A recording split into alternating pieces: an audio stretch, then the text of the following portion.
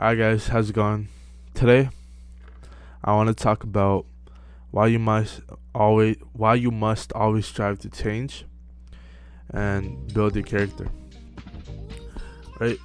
So change is really the result of your personal evolution, right? When you're too comfortable in life, God kind of throws you a challenge, or the universe, whatever you want to believe in, throws you a challenge in your path and kind of tells you get over this challenge, and that will kind of build your character, right? And a lot of people kind of find that depressing, that after every challenge conquered there's another challenge to conquer. But that's what makes life interesting. What's the point? Do you just want to just look at the sunrise, sunset till the end of day, like to the end of days, sorry, and just like do nothing, right? There's a reason that we have this intelligence. There's a reason that we have this kind of human experience, if you will, right? It's because we're here for a purpose, right? That purpose is to leave a mark, right? You could just have this whole like existential crisis type thing, where you're like, there's no point of anything really. There's no point of doing anything, right? But if you live like that, then it's just not gonna pan out in your favor either way. So you might as well do something productive, right? And I told you guys this in the build your character video, where it's like you gotta build who you want to be in the future, right? You gotta have someone in mind, like not someone in mind. You have to have like a version of you in mind, right? Like we have, like for me, for example, I'm gonna have piercings, right? And that's not because it's a trend or anything. That's because my ancestors had piercings, right? The kings had piercings, right? But I have a big chain. That's what I got. So I got a big chain, right? I'm about to get tattoos. Like that's all part of my vision of myself, right? So you guys gotta figure out what your vision of yourself is, and you really need to focus your energy on that. And anytime there's a struggle or difficulty in your life, you need to tell yourself that this is God, like trying to help you change, trying to help you evolve as a person, as a human being, trying to make you have more experiences to pass down, have more trials and tribulations, That's he's building your character for you, right? In real time. That's what you need to understand. It's not like, why is it always me? Why am I going through this? It's none of that, right? It's mostly because he wants you to change, right? And I'm not Christian. I'm not Muslim. I'm not pushing any religion on you. This is just purely just a higher power, right? Call it what you will, right? And also, you must always live on your edge. This book, I can't stress enough how good this book is. I finished it a couple days back. This book always talks about it. You must live on your edge to be a superior man, right? That's the way of the superior man. Superior man always lives on his edge. And you might be asking, what does that mean, right? Outside his comfort zone, right? You always have to be willing to put in the hard work. You always have to be willing to do the things you don't like, right? Even though it's gonna benefit you in the future. At the time, lifting those weights are not gonna be so pleasant, right? At the time, you might not want to go to the gym, but 6 months from now, you'll be grateful to your older self that this is where I am. This is where I want to be. Like, you'll be grateful for yourself for lifting that weight so that you could get to where you are right now. You know what I mean?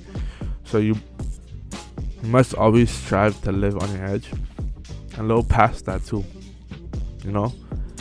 Being too comfortable is like one of the 7 deadly sins, right? Sloth. God hates sloth, right? So if all you're doing all day is staying at home, watching videos, even if it's my videos, watching Netflix, eating shit, not working out, not building a character, then you're just wasting your life. There's no point then, right? You're here for a reason. Think about it. There's 8 billion people, and you see through your own eyes. Why do you think that is? Right? The way I'm looking right now, why I think I'm the main character in my story. You know why? Because I see through my own eyes. How can someone else be the main character in my own story? That doesn't make sense to me. So you guys need to adopt that mentality that anything you set your mind to is for you. And you could blame whoever you want, whatever you want, right? But at the end, it's all on you, right? You guys need to take accountability, not responsibility. You need to take that too. But a lot of you guys are not accountable for your own actions. You're like, oh shit.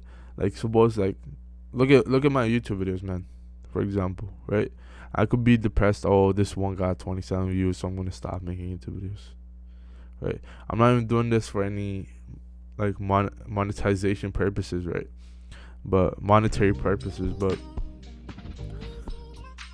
I could still be discouraged. There's no point in making the videos. But a lot of people that are doing like the social media and this creative stuff are like, oh shit, this is against me, that is against me. So what? So what? Anything you do in life is gonna be against you, right? I see so many, like, I do music, right? So I see so many artists talking about, oh, the TikTok algorithm's against me. Oh, my music's not reaching people, right? When the music is undeniable, when your talents are undeniable, it's gonna reach people. It's undeniable. You can't say no, that shit, because it's undeniable, right? I mean, not everyone's gonna like everything, but I'm saying the talent is undeniable. Like, look at Party Next Door, right? They say sometimes his music is shit. He wrote like work for Drake and Rihanna. That's undeniable skill right there, right? He's talented in that way. So you need to always back to the point. You need to always live on your edge. You always need to be creating something. You can't just say, oh shit, it's their fault, it's this fault. You need to take the accountability, and you need to be living on the edge, right? You need to be the one that's like, this is my life, I'm gonna dictate how it goes. And you need to be the one that's like kind of moving along things, you know, kind of pushing past your edge. No one's gonna do that for you. I keep telling you guys, at the end of every video I say it's all on you guys. Why do you think it's on? Why do you think it's on you guys? Because it's all on you guys. I'm just here to give you the knowledge that I've received, right, over the years. I'm just here to share. I'm just a messenger, right? And that's why I keep telling you guys, you need to adapt and transform. What do I mean by that? You might be confused right now. Adapt and transform in the ways that if a new situation, like that's a new challenge or situation or something difficult poses itself right in front of you, you just adapt to it and you transform yourself, right? Let's think about an example. For example, you're playing basketball, right? The center is coming up. Your teammates messed up their position, right? You're too short to guard the center. What do? You adapt. Instead of trying to block up here from him shooting, you know he's not going to be shooting. So you go towards where the ball is. You try to take the ball from down low. You use your height to your advantage, even though you might be shorter than the center, right? So then you just take the ball and then you got it, right? You have to adapt to it. You can't be complaining, oh, you guys did this, and then you just stop guarding him and he like dunks it, right? You can't be doing that. You need to be in his way. You need to be down there taking the ball from him, taking it and going to the other side. That's what you need to do. You can't just complain, right? You have to adapt and transform. You need to adapt and transform to the center, right? Adapt to the situation, right? Also, the whole reason of self-improvement, the whole thing that's really being preached in this thing, right? At least the positive people, like First Man, Hamza and stuff, is you need to be the best version of yourself for your kids, right? You're getting all this knowledge and experience so that you can raise your kids, right? And we need crazy smart kids right now.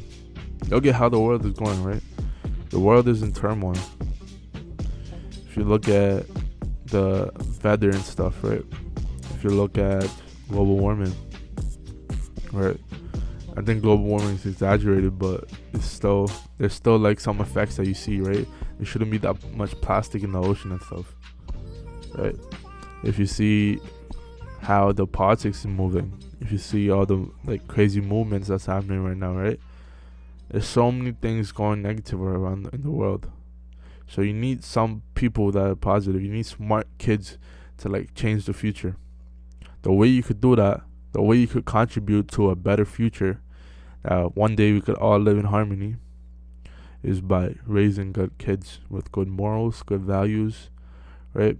Instilling the idea of God in them, and just making sure they always strive to be the best version of themselves. It's hard work, right?